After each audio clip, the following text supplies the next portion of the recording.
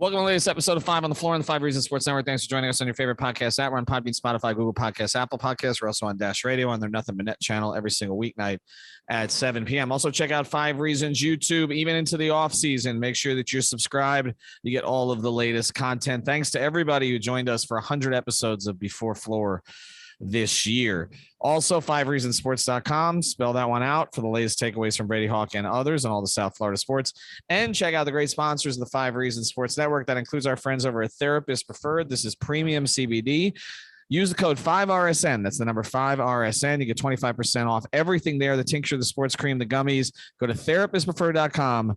Use the code 5RSN. And now, on the last day of the season, tonight's episode. Yeah. 5 on the floor, ride for my dogs. Where here's the thing, you can check the score. Hustle hard, couple scars, wearing bubble frogs. Just like Butler said, you in trouble, y'all. Kept the floor playing, got it all banned. Y'all seen the block, stop with one hand.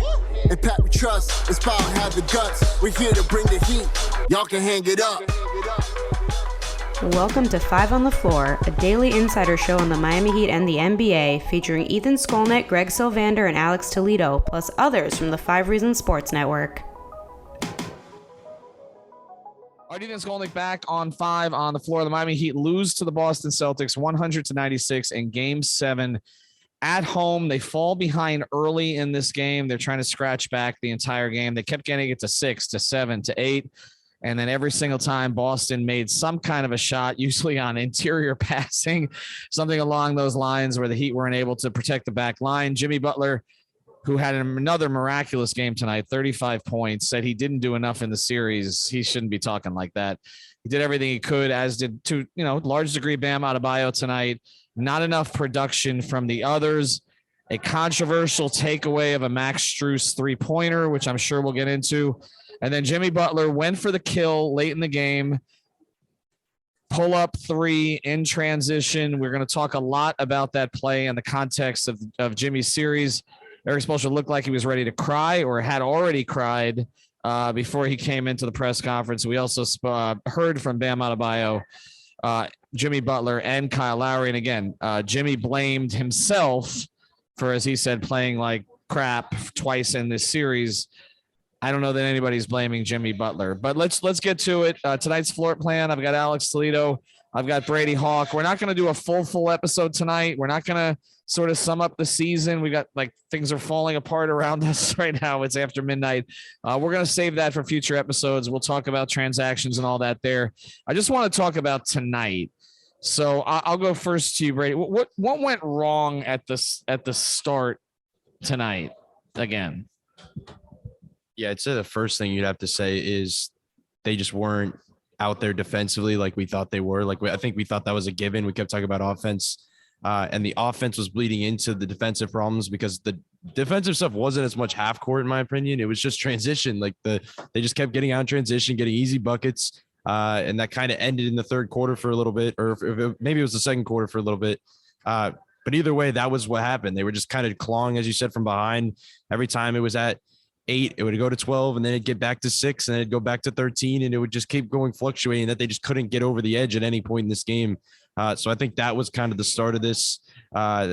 Looking over some of the things that you were just talking about, I know we'll get into the Jimmy Butler shot, but I just want to say, first off, I just want to start this off and say, anybody blaming Jimmy Butler on that shot, that is just not the correct takeaway from this game in any capacity. The guy just had 47 points, then follows it up with a 35-point Game 7, and he had they could not get over the hump, like I just said. Finally get the rebound down to momentum, transition, guys in the backcourt, Al Horford in front of him. Yes, in hindsight, us all looking over the same play over and over, like everybody else could probably say, yes, he probably could have got to the rim like he did the other times of the night, maybe got an and one, maybe got a layup. But no, that's not the way things work. Everything is in the moment. He had a transition 3 that was a good look for a guy that's had 35 points a night. That's not a terrible look, even if he's not a known 3-point shooter, and it came up short. And I just feel like that's the type of shot you have to live with. They were that close, it fell short. But the fact that if you're putting the blame on Jimmy Butler in any way possible and blaming that shot or going into detail about what he should have done, like that is just not the type of thing. But just the game overall, you're just not going to win when you shoot 20% from three. Like, I feel like that's a given. We've seen that so many times throughout this playoff run. And if we're entering, I guess, off-season mode here, finishing out a game 7 when Jimmy Butler and Bam Adebayo have absolutely great performances and are your 2 best players, and it's more of the role players not stepping up, I think that's better in terms of roster construction heading into an offseason than if it was the other way around. And I think, Alex, this is the tough thing. We talked all year about their depth, right? Their depth. And some of it was injuries, obviously. That some of the attrition was injuries. Obviously, Lowry, Spoelstra said he shouldn't have been out there at all, really, or certainly Hero shouldn't have been out there at all. We can probably agree Hero shouldn't have been out there at all tonight. But also PJ Tucker, exiting this game after 17 minutes was ineffective. Also, it looked like the injuries finally caught up to him.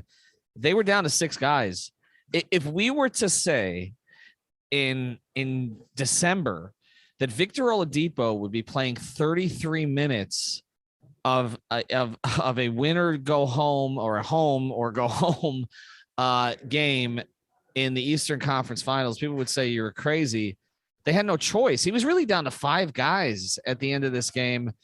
And the reality is they didn't get enough production from any of them. I mean, there were some moments for Strus tonight. Obviously, the 3-pointer that was taken off the board. But Lowry was largely ineffective. Hero gave you nothing. We expected that would probably be the case. Vincent was a little bit erratic tonight. I mean, just none of the others did enough. I mean, that's really where it was. It's really like, and I said this on our off the floor tech subscription service. Once again, you guys should check it out. We've been really active on it the whole playoff run, and we're gonna find a way to still be active on it throughout the offseason, I'm sure. But I said it earlier, not to simplify everything, but tonight he got 60 points on 25 of 45 shooting from Jimmy and Bam, 10 of 40 from everybody else. And again, like, I'm not trying to simplify it, but it's really hard to look past that and find other really, really important takeaways. And I mentioned other stuff there, like how they got out rebounded. They won the turnover battle, but Boston was still the better transition team. Boston was also the better half court team tonight. And that is because of what the other guys were not able to do. You got more than enough from Jimmy and Bam. Like, you guys already said it better than I could. We were all saying before this pod, you don't need another Jimmy masterpiece. He didn't give you one of the best, the best game this postseason or anything, but he had an awesome game, right? To me, what was more frustrating about than any of that, and the first quarter where you ended up getting outscored by 15, they got 13 transition points to the Heat's 4.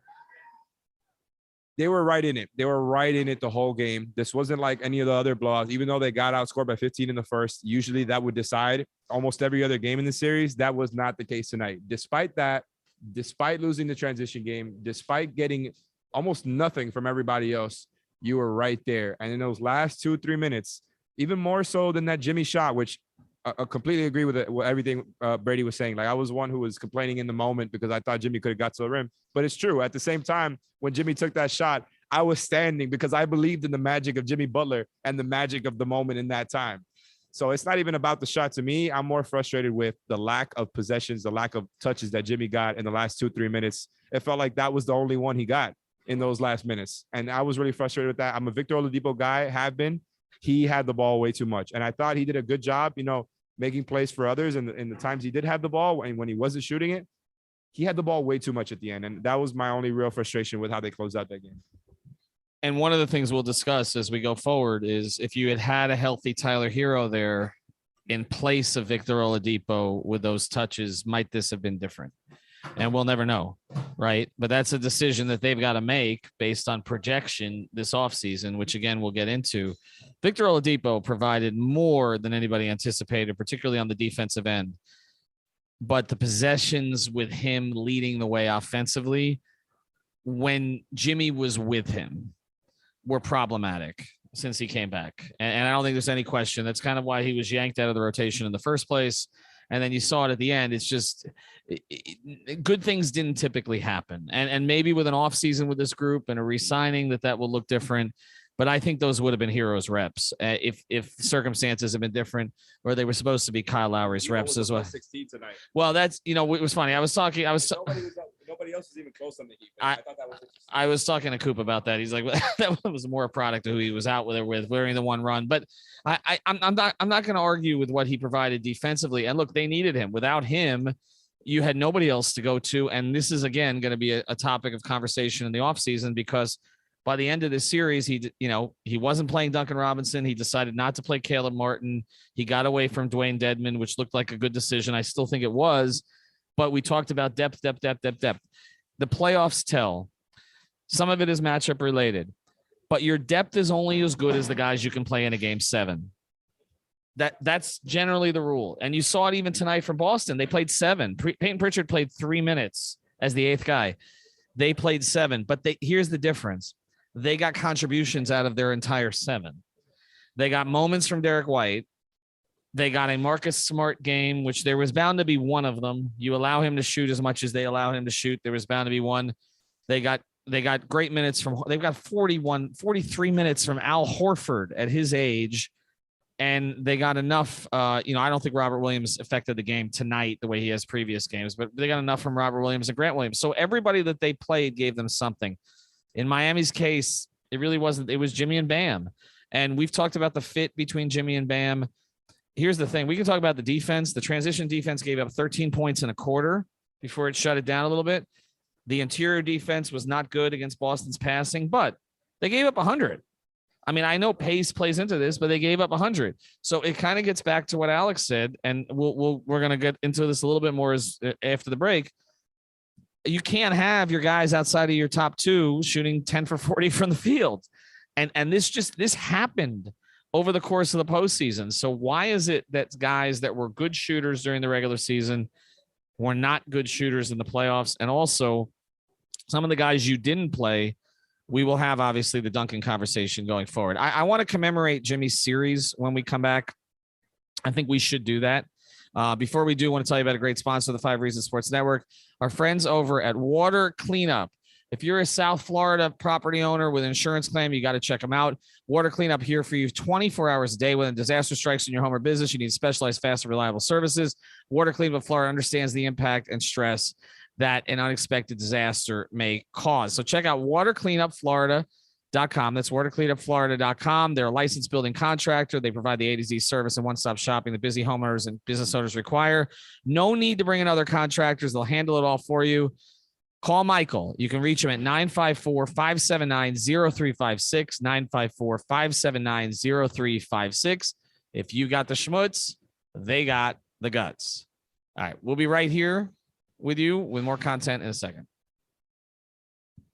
All right, welcome back to 5 on the Floor. We just took a little bit of a pause here. We're going to just finish up this episode with some thoughts on Jimmy Butler's run. And then, like I said, we will get to more of the kind of evaluation of the entire season, look ahead to next season. We'll do that over the course of this week. I know nobody in Miami is going to want to watch that series in the finals. The worst series to watch, the ones that are the hardest to watch for a fan, are always the championship round or the Super Bowl after you lose in a conference final. That's always the worst, because you kind of think whether you would have had a chance. We'll never know whether they got a shot. And that's kind of what Erik Spoelstra said. He said, we just wanted a shot. I don't know, with a roster that was basically down to 6 or 7 guys by the end of it, what kind of a shot they would have had against what is now all of a sudden a really healthy Golden State team. So I think some Heat fans may look at this like it was for the best, but obviously they wanted the opportunity. But I'll let you start, Alex, on this one. Just Jimmy's series. I was just asked this on my TV hit. How will it be remembered? Jimmy's postseason and together in terms of everything he did from the Atlanta series. Missed one game in that series. There was obviously the missed shot at the end of one of those games that people were frustrated with. And again, this ends with kind of a missed 3, but everything in between, obviously the knee injury that he suffered, the ankle he tweaked again, the 2 games that he was not effective in this series that he blamed himself for. He went a little over the top with all that stuff, but your thoughts on his postseason? I mean, where to start with Jimmy Butler, man? First of all, I want to say I don't ever want to hear ever again from anybody that Jimmy Butler is not good enough to be your best player on a team that is a real contender to win a championship. It's been disproven. not only was it disproven in 2020, but now, throughout all the narratives, throughout everything that's happened ever since, specifically the way that he played against the Bucks, he has come back. And what he did this whole playoff run, I think, is completely shut up everybody who had any doubts about what I was talking about. I think he is, clearly, absolutely the best player on this team. That's obvious. But, there was times in this season where there was a lot of people questioning whether that was still true or whether that was going to continue to be true and for how much time. It's not even a debate at this point. Like, for as much as I love Bam and the other guys on this team, it's not close. Jimmy Butler is the best player on this team, and I think he's certified. He's vindicated. He is that guy. I think, we can have conversations that we're obviously going to save for other shows about how they can build around Jimmy and Bam and what they can do to improve this team in the margins. But the Jimmy Bam build is certified at this point. You got to the finals in the first year with it. And then 2 seasons later, 1 game away, 1 shot away from being right back in there after everybody counted you out, called you frauds, called it a fluke, despite terrible 3-point shooting from the team throughout the entire playoff run. Because I want to say that it wasn't just, it was at its worst against Boston, but it was way below average for the entire playoff run. And that was, one of their biggest things throughout the season. They were number 1 in the league in 3-point percentage. Not to repeat it all the time, but it's just, a lot of it comes down to that stuff. And it's too bad that Jimmy didn't get enough from the rest of his team offensively, because I do think they were awesome defensively for most of this playoff run. And after that, I just really don't want to hear anything about Jimmy Butler ever again in a negative tone, because they're really not there without him. And he saved them countless times, even throughout the series, playing 2.5 games where he did not look like himself.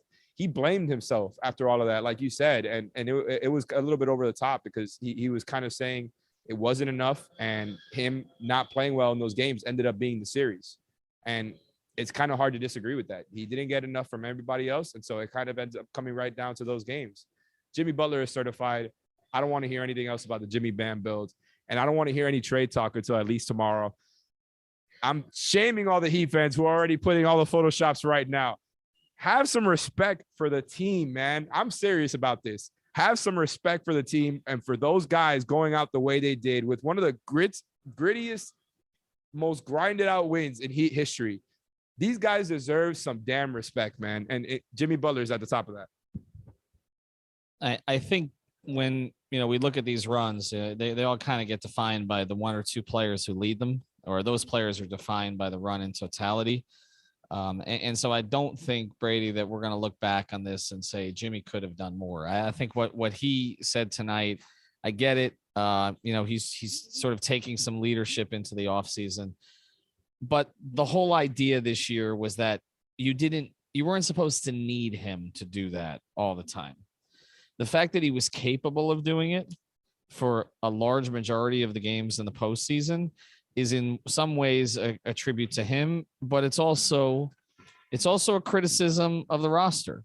And to win a championship, I mean, you need, multiple, players beyond your star playing well. They had enough of it throughout the season. They had kind of the weird thing where they were better sometimes when 1 or 2 of their guys was out. And then when they put it all back together again, they just weren't consistent enough behind him. But he did this at age 32.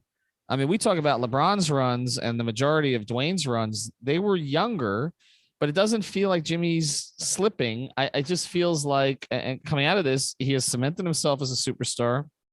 But we have to get used to the fact that he's probably only going to play 60 games in the regular season next year. And everything is going to be tilted towards getting him back to this position in the best possible state. If he could play 30 games in the regular season, but be more effective, even more effective in the playoffs, they would take it. 100%. And I don't know if you're expecting, not to look too far into the future, but another 1 seed year. Like, I think the idea is getting ready and gearing up for the playoffs when it really matters. Like, when we were looking at this team and you're here in the post game, you're talking about Tyler Hero not being healthy, PJ Tucker not playing the second half because he's not healthy, Kyle Lowry breaking down, Jimmy Butler, we were worried about breaking down, but that wasn't an issue. Like, he was able to battle through and able to be as good as ever. And speaking of Jimmy in general, like, it's why the whole talk was so ridiculous the whole season when they're like, can Jimmy Butler be the best player on a championship team? Yes, he can. And this game was a representation of that. He can it just comes down to who's around him. And he had good players around him. We know that. That's not saying that about trades and offseason moves already. We're not kind of sliding into that already, but it's just they didn't play up to the degree that they needed to. And I think you mentioned kind of playoff runs are noticed by your team's best two players. When we think about this in a few years, when we think about this specific playoff run, we're going to remember this playoff run by Jimmy Butler and Jimmy Butler only. I don't think it's going to be another player. Like, yes, Max Struess's, the Gabe Vincent's, the Tyler Heroes, even the Bam Adebayos had great moments this season. All of them had different times and different slots where even Jimmy Butler had down moments and it was kind of looking at it in a different way. Jimmy Butler's going to be the topic and the highlight and the takeaway from this entire season, from regular season to the playoffs. It's always remembered of kind of how it finishes, I guess, but it wasn't even that. It was the way the playoff run started. It was the way he took over against Atlanta. It was the way he battled through Philly and was able to come out on top. Like, everything he did, he's going to be remembered in this specific run totally from that. And he beat the bubble finals allegations, because everybody constantly has to say that he did that at the biggest stage, but it was inside of a bubble. Well, yes, he fell short and he's not in the finals, but he just basically did it on the biggest stage once again and showed up. And he just obviously didn't have the support. But I think just looking specifically the way he's doing it, his body and injury wise may be slowing him down a bit, but he doesn't look to be slowing down at all at this stage to me. Like, I'm watching him run the break, hit passing lanes, get to his spots in the mid range, get to the rim time and time again, especially being where he stands right now, and get these and ones and hit the floor and get back up and still go. The way he's able to do that. And it comes back to a point that I made before. The fact that if there's any takeaway about that pull-up three in a game 7 to go to the NBA finals, and you look at the box score from this game, Jimmy Butler was taking that shot. Okay, maybe you say it shouldn't have been a 3, but he needed the ball in your hands. And I think you'd rather that shot than an open shot from a role player, where you always say you want the ball in your best player's hands. So I think that shot is not going to be what's remembered from Jimmy Butler on this playoff run. The 47-point game 6 is what's going to be remembered, and the way he was just carrying basically his team whenever they needed him to. And the way he was carrying them when he wasn't supposed to have to. I think that's going to be the talking point as we go into the offseason. I have one more thought on this before I do. Want to tell you about our other great sponsor, the 5 Reasons Sports Network. One of our other sponsors, it's Better Edge. This is our peer-to-peer gambling partner. I know you guys need a few days. I understand it. Come Thursday, though, if you want to bet on Golden State in the finals, you can check out the app. It's not an app. It's a web-based product. But go to Better Edge. It's BettorEdge.com/5 Reasons. You get $20 to play with, and you can pick your lines. So tonight, for instance, I think Miami was +3. You would have lost if you took them in a regular sports book tonight, because they lost by 4. We haven't discussed the Max Strus shot. I'm going to address that here as we come back. But if you had gone to Better Edge, you could have gotten a different line. So maybe you would have gotten Miami +5 or something like that and bet against someone else. It's like betting with your friends, except doing it on an app and getting $20 to play with. So go to Better Edge. That's BettorEdge.com/5 Reasons. I do want to mention the Max Strus thing here real quick, because you don't hear Erik Spoelstra complain about rules in the NBA very much.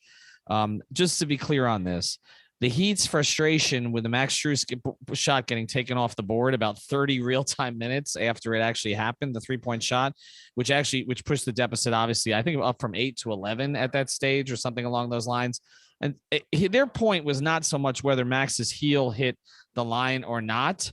They didn't argue that. We can look at it and make a decision. I don't think that's overturnable in my view, but you can say that maybe he grazed the line. Their issue was the amount of time it took for Secaucus or wherever it is that they're doing this to come back, because it does change the way you do things. They don't do this stuff in the NFL. You don't go like 6 possessions down the line and say, oh, you know what? That pass interference call, that wasn't really a pass interference call, because it unravels the entire game. Why shouldn't the same be true in basketball? Because it does affect things. So, I mean, if you make the wrong decision, if it's a challengeable call, they had that is there for the coach with his challenge. The Heat want a challenge tonight. Boston want a challenge without challenging. I'm not saying it's rigged. That's not where I'm going with this.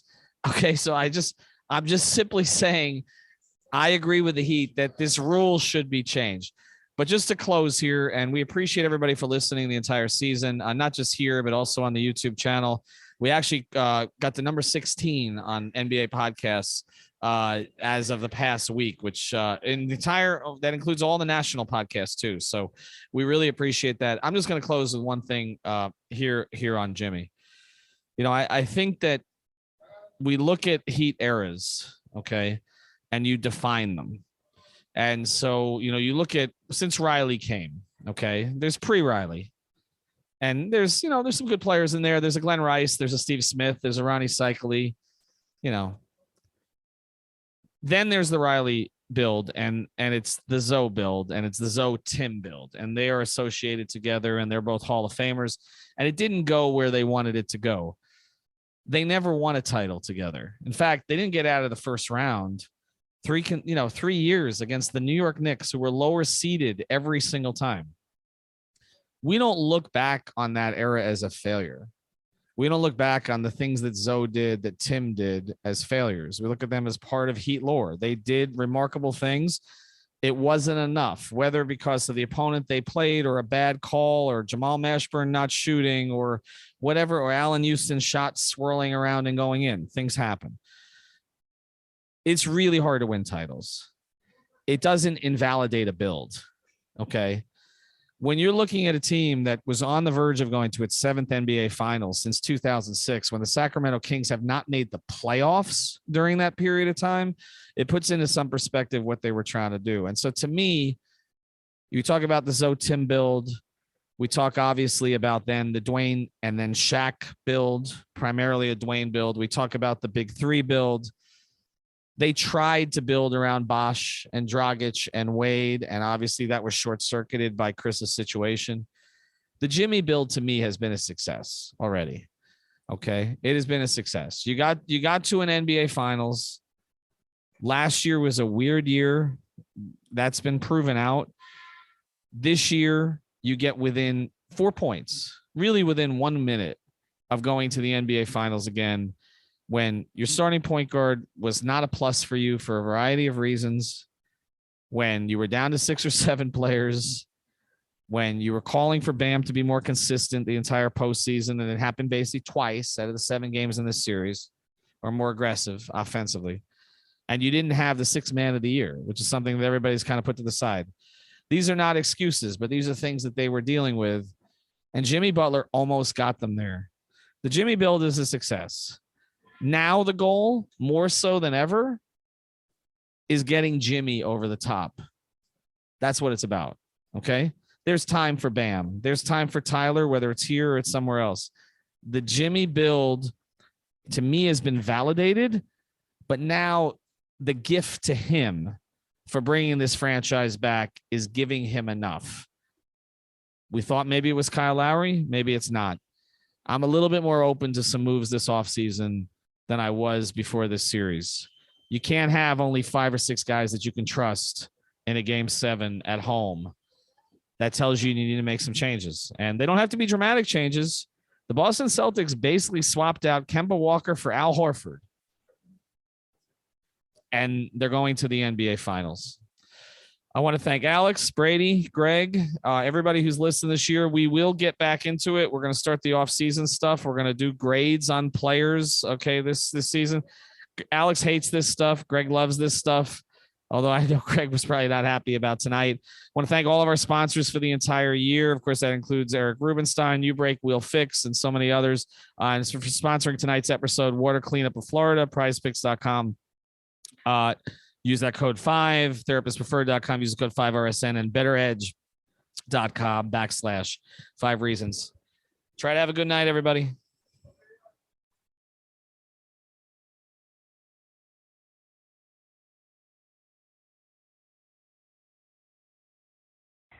Thank you for listening to the 5 on the Floor on the 5 Reasons Sports Network.